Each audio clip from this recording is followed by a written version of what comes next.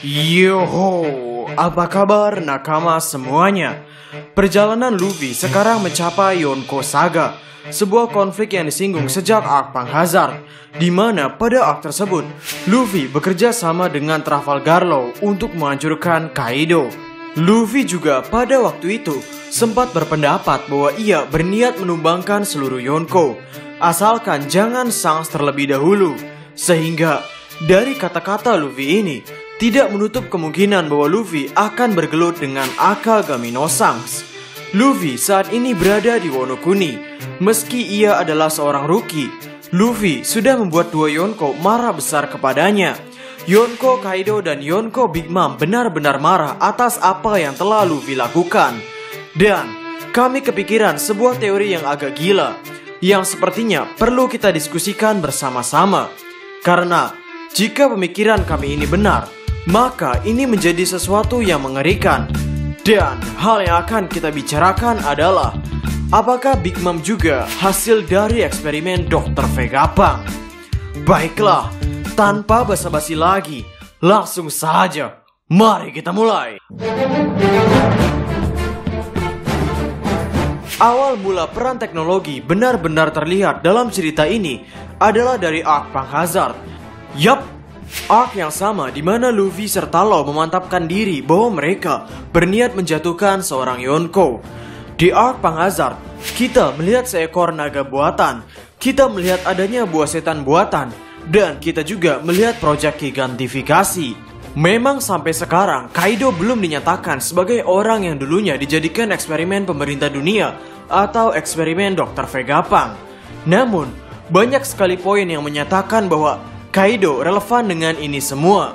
Seingat kami, ada dua hal yang belum kami mengerti, yakni bagaimana bisa Otohime, yakni ibu dari Shirahoshi, memiliki anak sebesar itu. Karena Otohime adalah putri duyung, kami berpikir bahwa Otohime berkembang biak secara bertelur, sehingga ya anggap saja ini merupakan hal yang normal.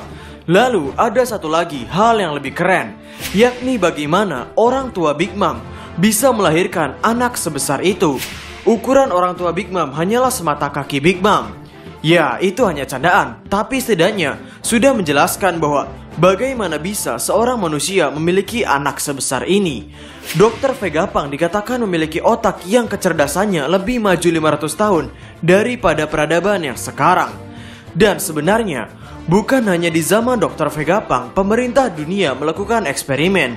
Sebelum zaman Vegapunk pun, pemerintah dunia sudah memiliki banyak ilmuwan untuk melakukan banyak eksperimen. Pada One Piece chapter 668, dikatakan oleh Trafalgar Law bahwa pembuatan manusia raksasa merupakan penelitian yang dilakukan oleh pemerintah dunia selama ratusan tahun.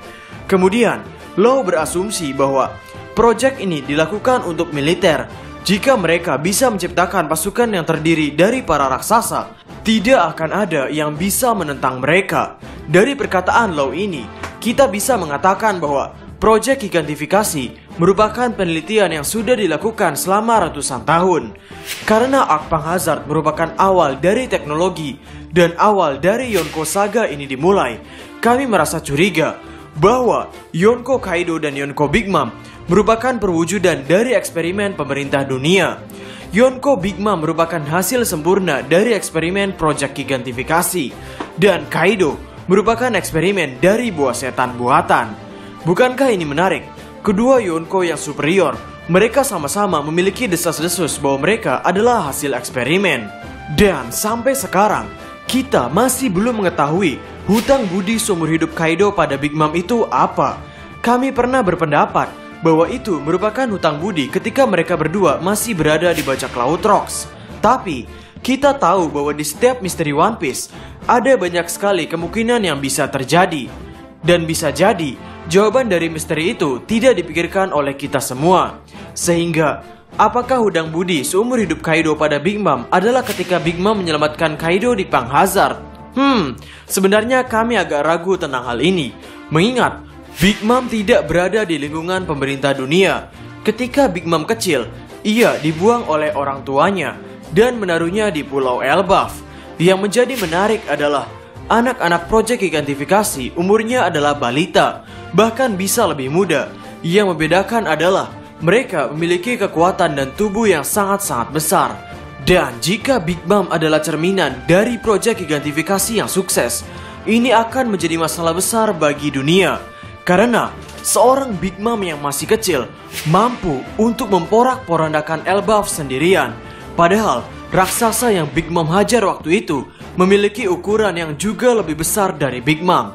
Dan lagi, Jaji serta Vegapunk pernah bekerja sama untuk menciptakan sebuah formula yang dianggap hanya Tuhan yang mampu melakukannya, yakni formula mengubah DNA manusia. Ya, konsep ini sering kita bicarakan, sehingga tidak perlu kami jelaskan panjang lebar lagi.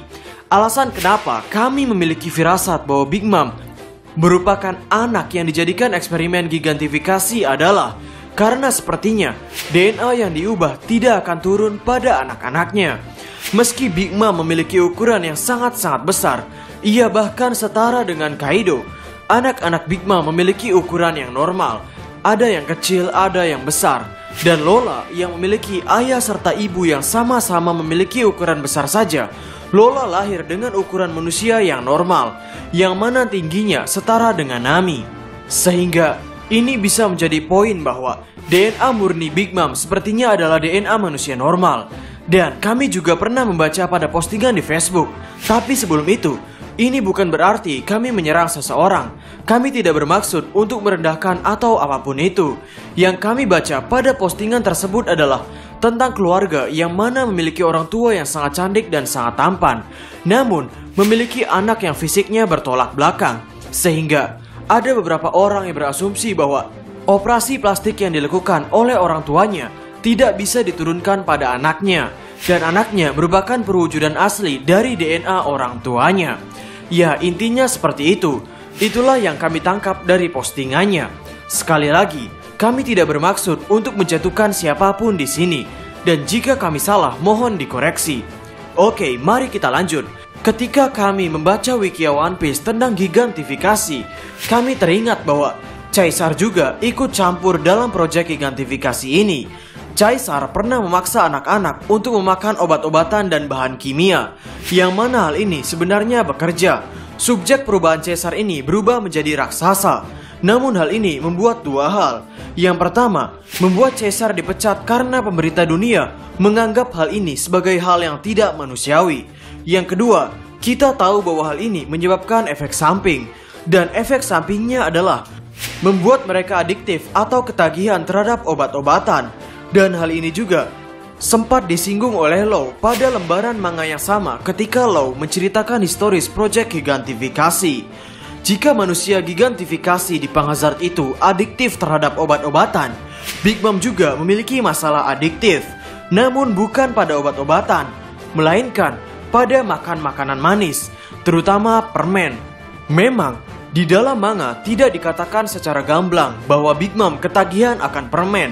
Namun secara tersirat dari Big Mom yang benar-benar berubah ketika ia tidak bisa memakan permen, sudah bisa memberi gambaran bahwa sepertinya orang ini mengalami ketagihan.